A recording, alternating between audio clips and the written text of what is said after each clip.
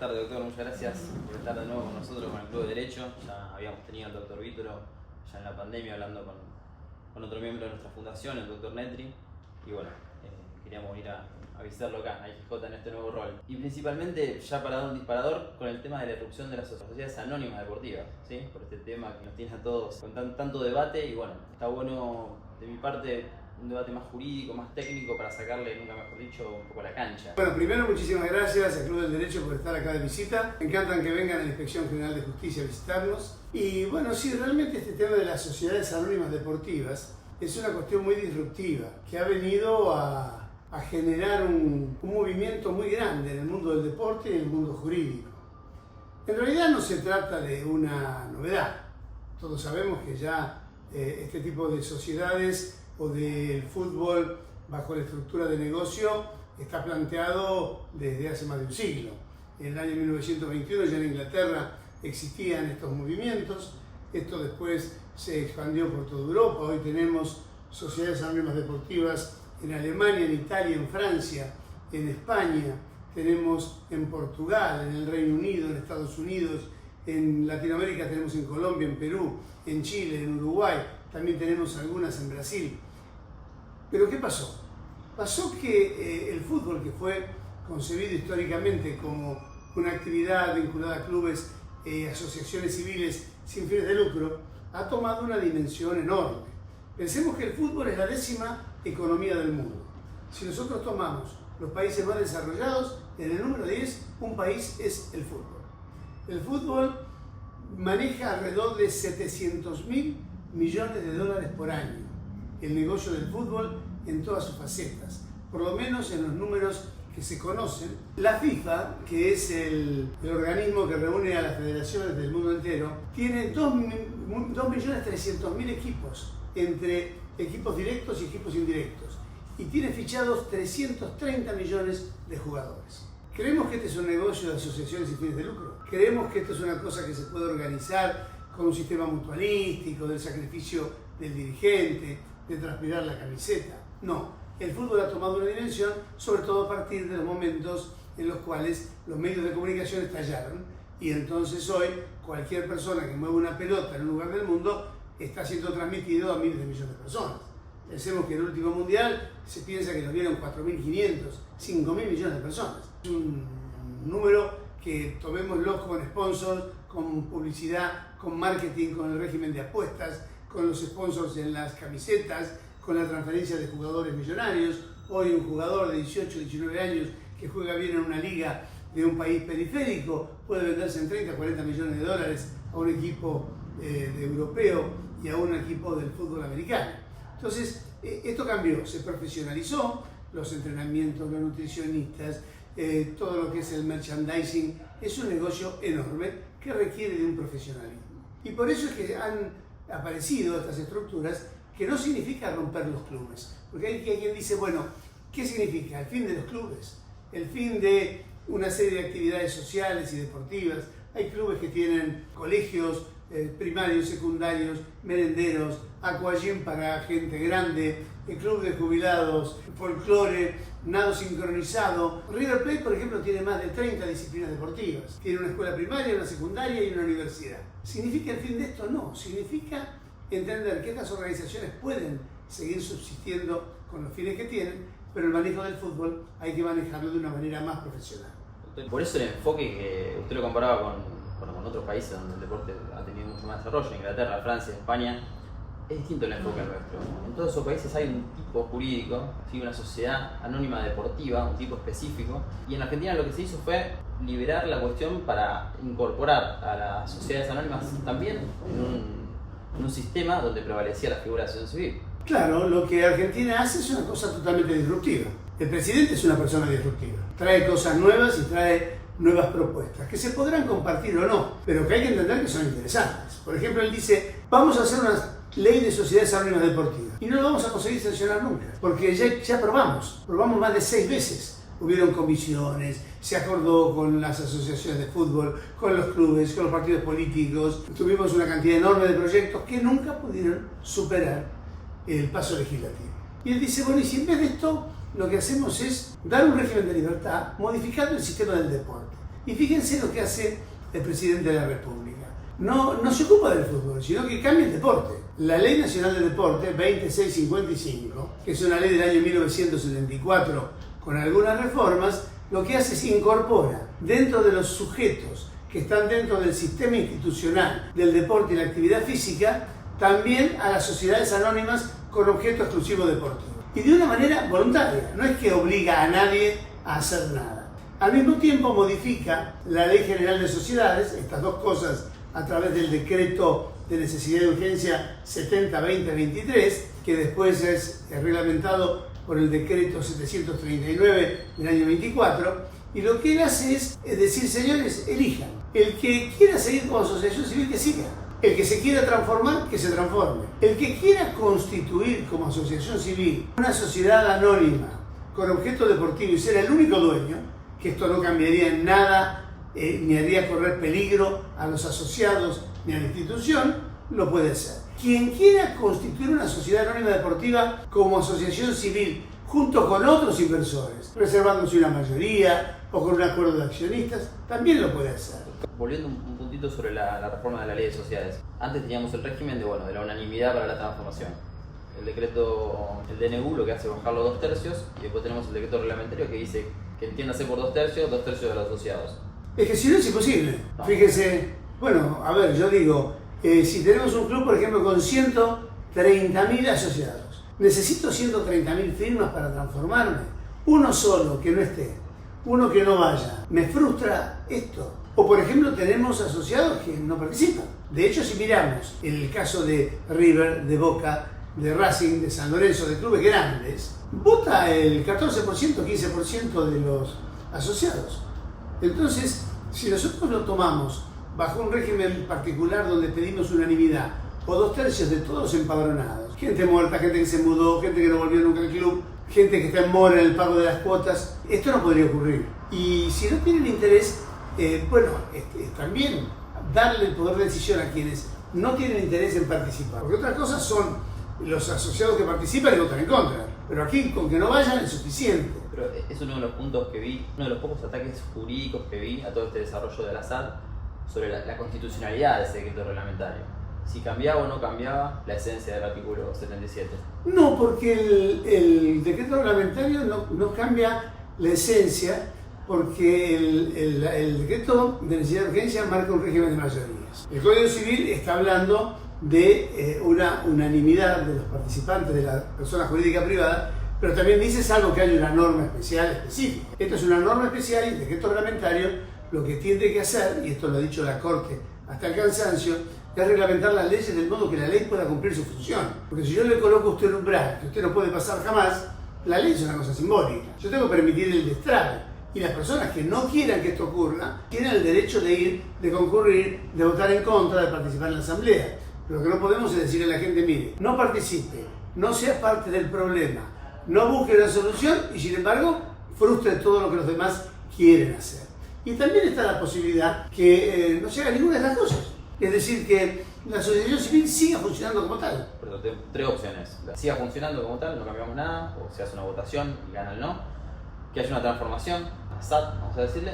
Y también la tercera opción, que también lo liberó el DNU, que la asociación civil participe como accionista de una nueva sociedad constituida. Claro, y aparte también eso incluye la cuarta, que es que crea, cuando el caso de la asociación civil, que crea su propia sociedad deportiva. Como única socio, una SAO. Yo soy la única dueña de esta sociedad deportiva. Y la manejo como asociación civil. Y tengo el 100% de los votos. Y derivo allí las actividades profesionales y me quedo yo, me retengo. Las que quiera, por ejemplo, vinculadas con el fútbol o con otros deportes que acepten el profesionalismo. Yo creo que el espectro es muy amplio y aparte toda una alarma de cosas que no han ocurrido. Bueno, acá va a venir un hombre a comprar un club. ¿Quién va a comprar? No es verdad. ¿Dónde vieron ustedes la gente bajando en Ezeiza con los bolsos diciendo quiero comprar este club o el otro? Tampoco sirve, porque no ha funcionado así en el mundo. Esto lleva un tiempo de adaptación, va a llevar años hasta que esto se pueda formar. Pero si queremos ser sinceros también, tenemos que reconocer que el fútbol argentino, profesional, en las ligas competitivas, tienen equipos que tienen dueño. Es decir, hay 4 o 5 equipos que tienen un dueño. ¿Qué es mejor?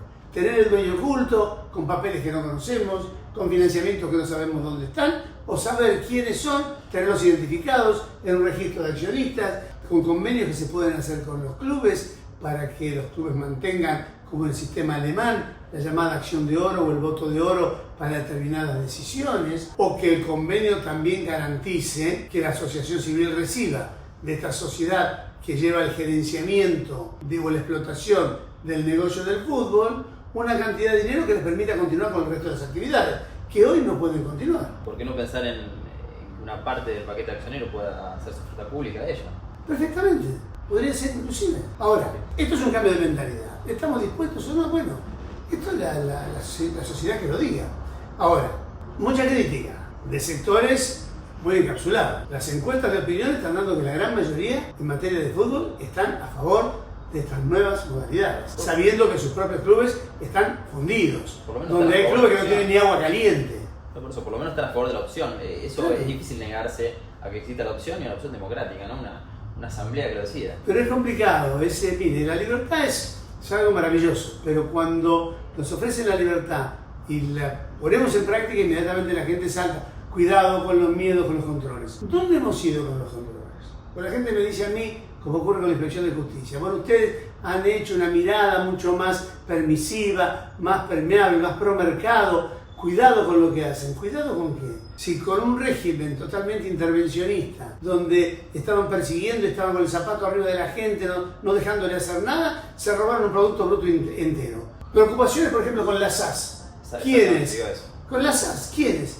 Personas que en una cantidad de causas judiciales no hay ninguna SAS y se robaron todo, todas las condenas. Vayan a la causa Cuaderno, no hay una sola SAS. Vayan a Chicones, no hay una sola SAS. Vayan al tema de la obra pública, no hay una sola SAS. Sabemos que a ver, hacer ilícitos se pueden hacer con cualquier tipo social, inclusive sin tipo social. Claro. Bueno, en el mundo es así, ¿eh? Sí. Las grandes estafas que se han dado en el mundo, en Estados Unidos, en los países de Centroamérica, todos han sido con sociedades típicas que no son las nuevas formas de organización, sino que son las clases. Pero el prejuicio lo hemos tenido, e inclusive en la provincia de Santa Fe no hemos tenido ningún problema con las SAS, se han podido constituir normalmente desde su aparición en 2017, pero el efecto de la actuación de la Inspección General de Justicia, Capital Federal, técnicamente prohibir las SAS, otra cosa que merece un debate, ¿no? ¿Por qué una jurisdicción puede a través de sus regulaciones suspender el funcionamiento de una ley dictada por el Congreso y dictada por unanimidad o por una gran mayoría como fue la ley de la unanimidad del Senado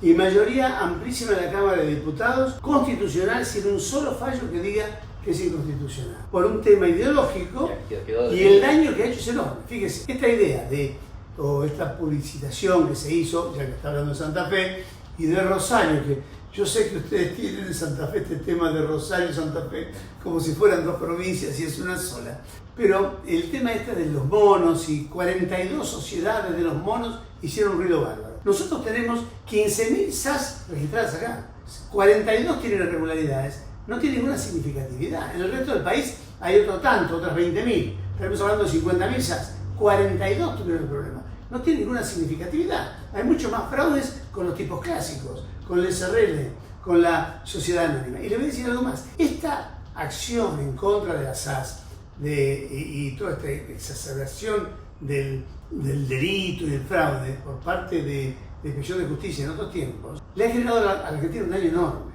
Cuando Argentina tuvo que enfrentar este año la evaluación del Grupo de Acción Financiera Internacional y del GAFINAR, esas declaraciones fueron las objeciones donde le iban a dar a la Argentina, en el punto 5 del informe, la nota baja que la dejaba en la lista gris y afuera de toda posibilidad de tener un grado de inversión por parte de los extranjeros. En un país con 50% de personas bajo la línea de pobreza, y que requiere de capitales para salir de esa situación porque nos carecemos de ahorro interno y estamos endeudados, por lo que dejaron gobiernos anteriores, pero no uno particular. Estamos hablando de 70 años de decadencia de la Argentina. Y esto lo puedo contar yo, porque la que tengo. Puedo contar la historia de haberlo visto como cada año y cada nueva esperanza se frustraba y cada vez íbamos más abajo, pero todas esas declaraciones nos costó muchísimo darle vuelta. Nosotros trabajamos muy duro preparando el informe para poder rebatir las objeciones que venían de ese lado, de por qué se permitía la libertad, qué pasaba con los monos, las sociedades por acción simplificadas, que están en 62 jurisdicciones del mundo y no están siendo discutidas. Y acá las discutimos en una cuestión de nicho, en una sola jurisdicción. Volviendo, doctor, a las sociedades anónimas deportivas, me interesa el proceso de transformación que creo que es. Porque, primero, la situación actual, yo miro la ley de sociedades y veo que puedo encarar una transformación. Sí. Pero me falta una pata, me falta una. No, la pata es la siguiente. Siempre se pudo, del año 1972, transformar una asociación civil en sociedad anónima, o en una sociedad de la ley de sociedades, pero bajo el régimen del artículo 3. ¿Qué dice ese artículo 3? Habla de asociaciones civiles bajo forma de sociedad. Entonces yo la convertía, tenía una sociedad anónima, funcionaba como sociedad anónima, pero el fondo sustancial era una asociación civil. ¿Qué significaba esto? Primero, no podía distribuir dividendos, con lo cual el lucro no podía, o la utilidad no podía distribuirse. Después, si yo la disolvía o la liquidaba, no podía repartir los bienes o el remanente entre los socios, sino que tenía que ir a otra institución de bien público, porque eran asociaciones civiles. Lo que hace el decreto de necesidad de urgencia 70-2023 es cambiar esto, es decir, mire, puede hacer esto, pero además puede hacer una sociedad anónima común. Usted se puede transformar en una sociedad anónima común, donde puede repartir dividendos, donde puede perseguir el lucro como fin principal, cosa que la asociación civil no lo podía hacer hasta el año 2015 de ninguna manera, y ahora a partir del 2015 lo puede hacer, pero no como un fin primordial, sino como un fin complementario. No puede ser la actividad principal. Y esa es la gran revolución. Y yo creo que no hay que tenerle miedo a esto, porque esto va a generar inversiones, va a generar empleo, y tampoco hay que pensar que las asociaciones civiles o los clubes va a venir un inversor y se los van a vender, porque nadie va a comprar una asociación civil, ni se puede comprar. Se podrán asociar, podrán inyectar capital, y los propios dirigentes, si es que son realmente tan buenos, tan serios, tan responsables como dicen aquellos que defienden la única estructura de la asociación civil, bueno, van a poner límites a los inversores. Y aparte van a poder establecer, con las nuevas libertades que ha dado la reforma societaria, a lo mejor incluso primas de emisión muy fuertes para no ser licuados. Por ejemplo, dice, bueno, va a venir un emir de un país árabe con un montón de dinero, y entonces va a empezar a capitalizar la sociedad y va a licuar a toda la asociación. No, porque yo le puedo colocar una altísima prima de emisión, porque siempre existió esta idea equivocada, fue muy difundida, que la prima de emisión era nada más que para compensar valores patrimoniales. Hay que aumentar un capital con prima si el patrimonio neto o el valor patrimonial no se condice con el valor del capital nominal, porque si no yo estoy sacando una utilidad con un valor nominal muy pequeño. Pero la prima de emisión no es eso.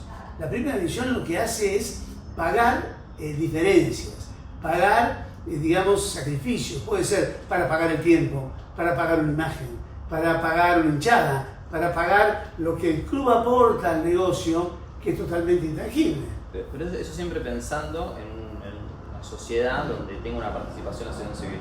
Yo pensaba, por un lado, volvemos a la asamblea donde se decide la transformación. ¿Qué pasa con el asociado que dice que no?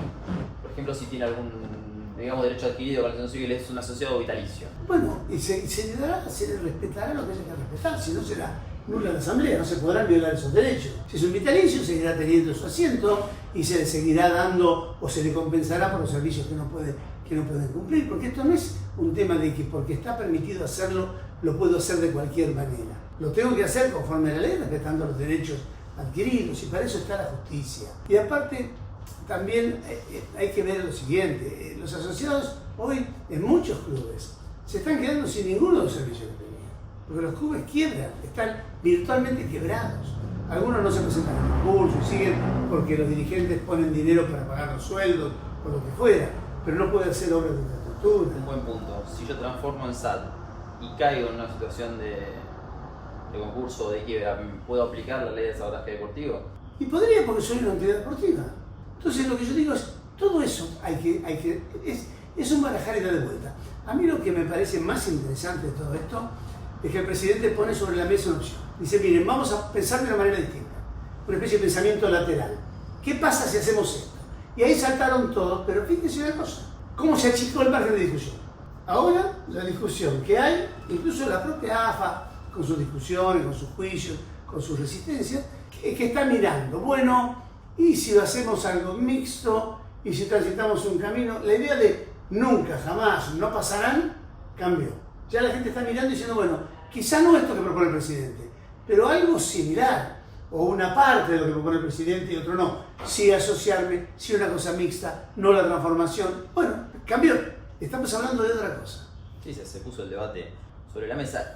Y esa es la otra cuestión que me lleva a, volviendo también al DNU, ¿qué pasa en el caso de AFA? Bueno, sabemos la resistencia de AFA a este tema, pero en caso de que AFA hoy en día, suponiendo que sigue esto adelante, existe una transformación, de alguna manera AFA discrimina o deja fuera de los campeonatos a esta sociedad anónima deportiva ex club. Bueno, no podría serlo porque la ley no se lo permite. Hoy lo tiene suspendido en función de una medida cautelar dictada por un juez incompetente. Es sabido que esto es ha sido un vericueto político y no judicial. La AFA, que está en la capital federal, que es la Federación Nacional, se presenta a litigar en Mercedes, provincia de Buenos Aires, juez federal, con una liga secundaria afiliada para suspender el DNI. El juez lo suspende, se recusa al juez, el juez niega la recusación e inmediatamente cambia el trámite del expediente para no poder ser recusado, secuestra el expediente y lo retiene. Es decir, bueno, esto es un tema político, pero todo eso tiene patas cortas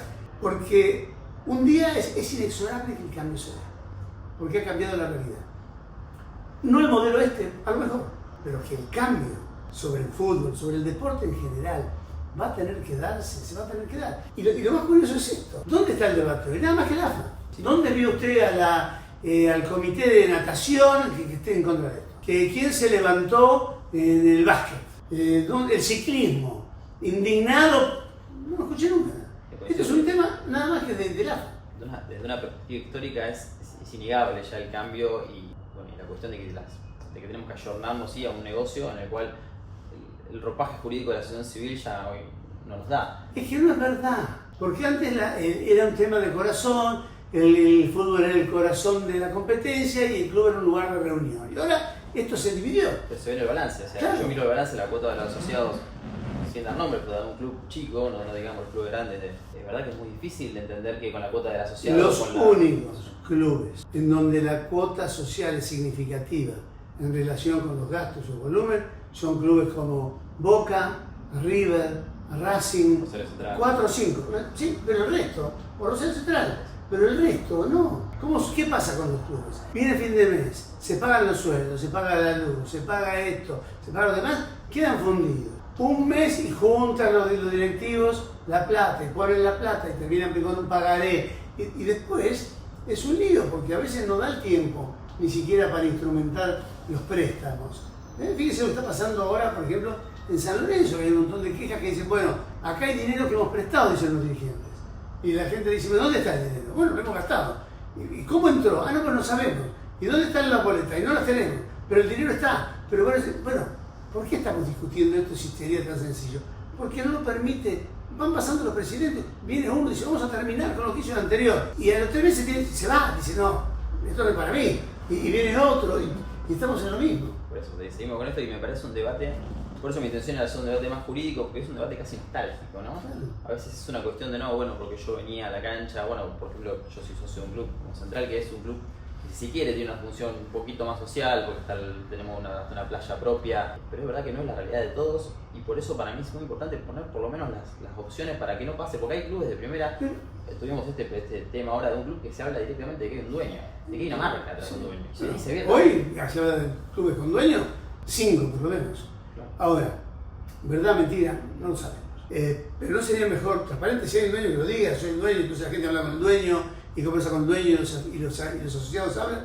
Y el otro tema, que es cuidado con esto, porque la gente dice, no, el hincha, la camiseta y demás. Perdón, ¿sos socio? No. ¿Pagar la cuota social? No. Bueno, pero lo llevo en mi corazón y lo tengo tatuado. No sirve, querido, hay que pagar los sueldos, hay que pagar la luz, hay que pagar a los profesores. Y vos no ponés un solo peso. Entonces, ¿qué venís? No me toca en el club, jamás, la cancha no se pisa. Bueno, ¿cómo es la historia? Doctor, era eso. Quiero cerrar este tema de la Sociedad Anónima Deportiva, pasar a otro tema que me interesa cortito, que es el tema del capital, el nuevo capital de las sociedades anónimas, de los 30 millones. Me llamó la atención del primer día. Bueno, a ver. Pasamos de 100.000 pesos Sí. a 30 millones. Bueno, la inflación, es la inflación. Yo sé que en el 2012 hice la cuenta, eran $20.000 para constituir una sociedad. Bueno, hoy son 30.000. Está bien, pero ¿cuál es el resultado? Tenemos más solicitudes de inscripción de sociedades anónimas que las que teníamos con 100.000. La gente dijo, no lo van a hacer. Vienen más, porque saben que la tienen. Lo otro era engañoso. Con 100.000 te doy una sociedad. Perfecto. Venía. Acá están los 100.000. No, bueno, ¿y qué vas a hacer? Explícame el plan de negocio. No, yo pienso que no. Como regulador, con ese dinero no te alcanza, tráeme más. Bueno, pongo 300. No me alcanza. ¿Y qué más vas a hacer? Acá yo te digo, pones 30 y te llevas la sociedad. Antes ponías 100, te la tenías que llevar, pero no te la daban. Y aparte es razonable. Hoy es una camioneta. ¿De qué estamos hablando? Una camioneta, una sociedad anónima.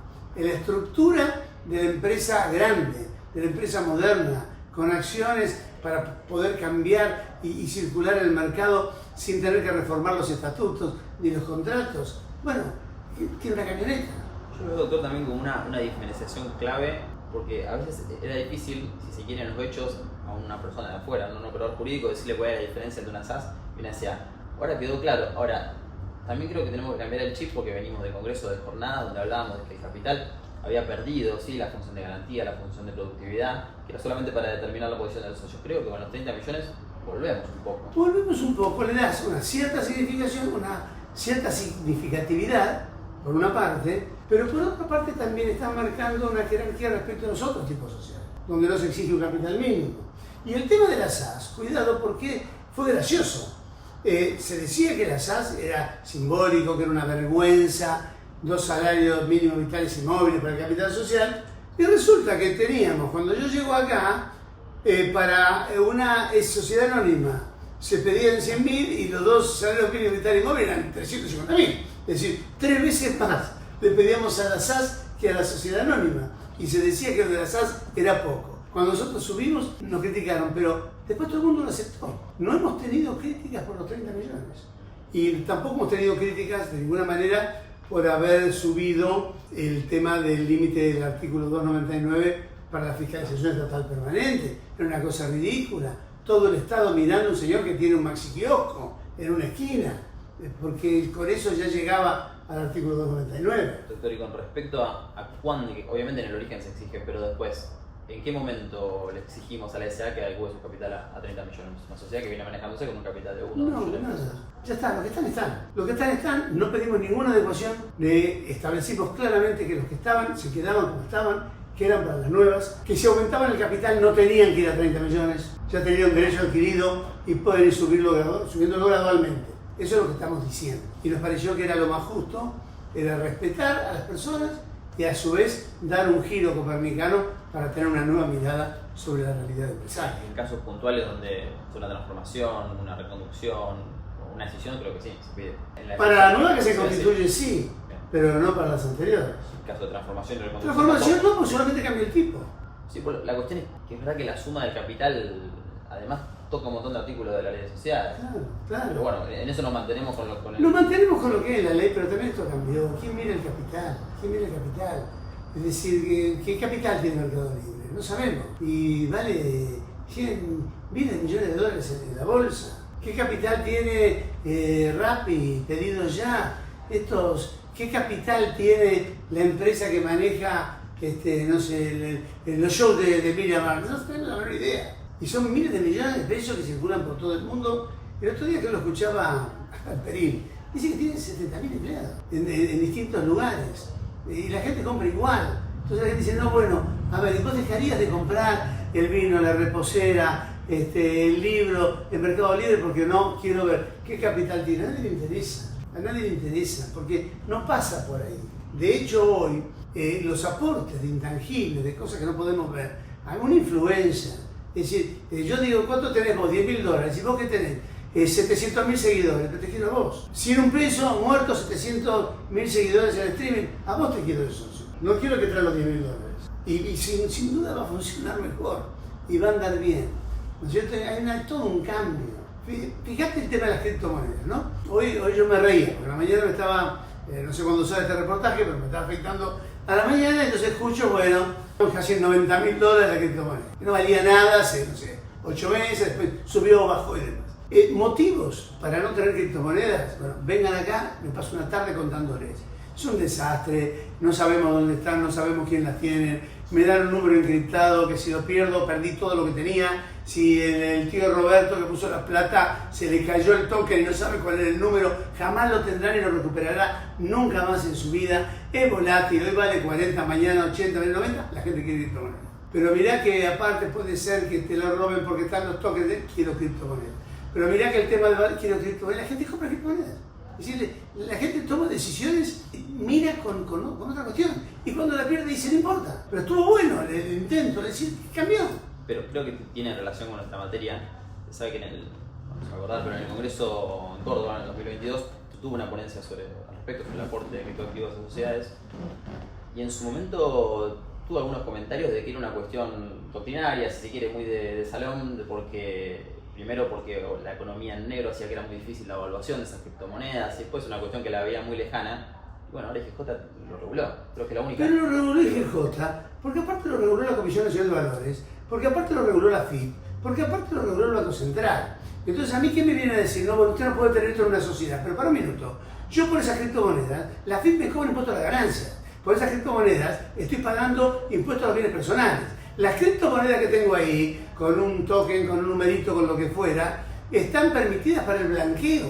Puedo ingresar en la regularización de activos. El Banco Central me dice cómo evaluarla, me dice cómo los puedo colocar en la contabilidad. La Comisión Nacional de Valores tiene un registro de proveedor de servicios de activos digitales registrado. Entonces, lo que digo yo es venir con la criptomoneda. Ahora, eso sí, ¿cuál es mi control? Primero, no me vengas con cualquier criptomoneda y con un número. Tenés que venir con un proveedor de servicios de activos digitales que esté registrado en la Comisión Nacional de Valores, con domicilio en el país. Y una cosa que nadie pone, que nosotros pusimos, que es sujeto a la ley nacional. Listo. Y te digo lo mismo. Mañana venís con acciones, acciones de una sociedad puedes traer.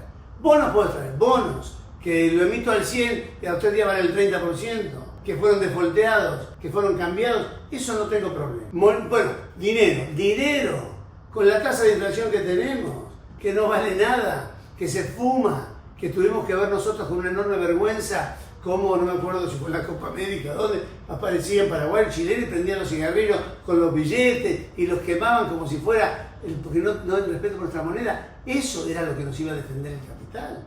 Y si valía mucho más una criptomoneda, y también hay que cambiar los activos intangibles, la cantidad de seguidores, los famosos followers, los streaming, los derechos, bueno, todas esas cosas hoy tienen valor. Hoy tienen valor. Una persona aparece con una cosa nueva, con un par de zapatillas que nadie conoce, con una marca que jamás vieron en la vida, y con un signo, y qué sé yo. Se la puso Shakira, a 2 minutos se vendió otro. No sé, se la pone cualquiera de estas chicas, Lali Espósito, María Becerra, listo. A los 2 minutos explota. Ni hablar, qué sé yo, no sé cuántas gorras de elegantes se vendieron. Yo jamás me pondría una de esas gorras en la cabeza, pero el tipo sale con la gorra y a los 2 minutos y se agotaron las gorras. Algo cambió. Yo creo que tenemos que... El derecho comercial se tiene que ayornar, porque esto fue el derecho comercial siempre. El derecho... Ahora nos escandalizamos de esto. ¿Ustedes saben lo que fue el escándalo? Le digo a los que están escuchando. Cuando se inventó la letra de cambio, el pagaré, la gente decía, ¿qué es esto? Un papel representativo donde el derecho circula con el título, donde está el girado aceptante, que en la dirección de regreso, todo una... Bueno, y funcionó. Y el mundo se movió con eso. Y en formas indirectas, en sistemas ya digitales y con otra dimensión, se sigue moviendo con esto.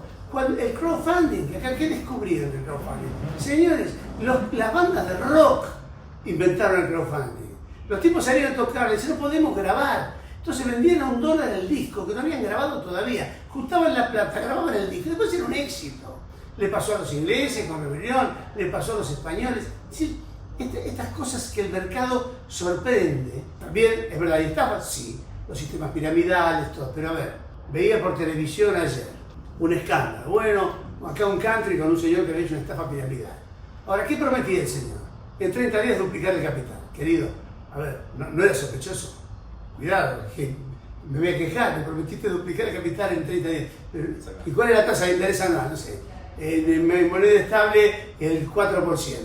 Y en moneda estable, como en la Argentina, el 60%. Que yo, un año, y voy a tener 100 en 30 días, pero es claro que me vas a estafar. Pero bueno, la ambición rompe el saco y las cosas cambian. Es un cambio también de mentalidad, y esto se lo he escuchado a usted, con respecto a que nuestras leyes, la ley de contrato de trabajo, la ley de concursos y quiebra, la ley de sociedades, son todas de verdad que de otra época, una época de una regulación de arriba para abajo, cuando hoy en Y día así- el mercado es el que nos lleva. Y así todo, te digo, por ejemplo, la de concurso izquierda está calentadísima.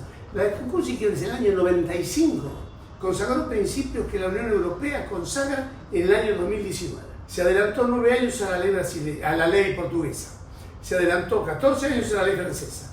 16 años a la italiana. Y cambiamos todo. Y todavía sigue con vigencia y por supuesto que hay que cambiarla. Pero tenemos esta idea. A ver, una persona dice, bueno, ¿dónde has visto vos que un trabajador elige cuándo trabaja? Dice, un trabajo nuevo, ¿cómo le va? El patrón le dice, bueno, querido, ¿qué vas a hacer? Bueno, cuando yo quiero trabajo, cuando quiero no trabajo. Y entonces hago el trabajo y hago el trabajo suyo y la gente está pedaleando así. Ahora, ¿es deseable un empleo más estable? Sí. ¿Es deseable un empleo más formal? Sí. Pero hay gente que esto le sirve, porque estudia, porque tiene otro trabajo y con esto completa, porque, qué sé yo, yo tengo acá empleados administrativos de la inspección que fuera del horario tienen un taxi y salen, y bueno, ¿qué diríamos? ¿Son empleados? Sí, pero algo cambió. La gente pretende a lo mejor la libertad, tomarse vacaciones cuando quieren, quiero viajar, vuelvo, entro, salgo, con una aplicación. Doctor, y para ir cerrando, repasé la última entrevista que le habíamos hecho, donde le preguntábamos cómo hacía para escribir tanto. Le hicimos caso que era que lean más. Sí. Leímos más y nos hizo recomendaciones literarias. Bueno, pasaron 4 años y quería decirle si nos dejaba una recomendación de lectura jurídica y también no jurídica. Nexus, el libro de Harari, no dejen de leerlo.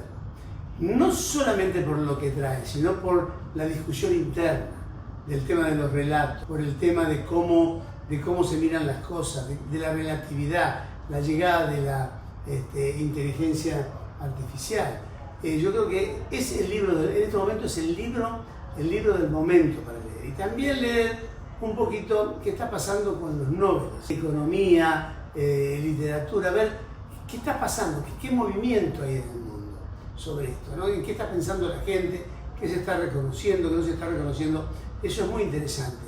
Y yo creo que hay que sacudir un poco la cabeza y no tener miedo. La gente dice, no, yo no voy a leer esto porque no me interesa, porque seguramente no lo voy a entender. Todos entendemos todos y tenemos capacidad para entender. Es cuestión de ponerle un poquito de garra, de meterse dentro y otra cosa, y lean novelas. También lean novelas, lean ficción.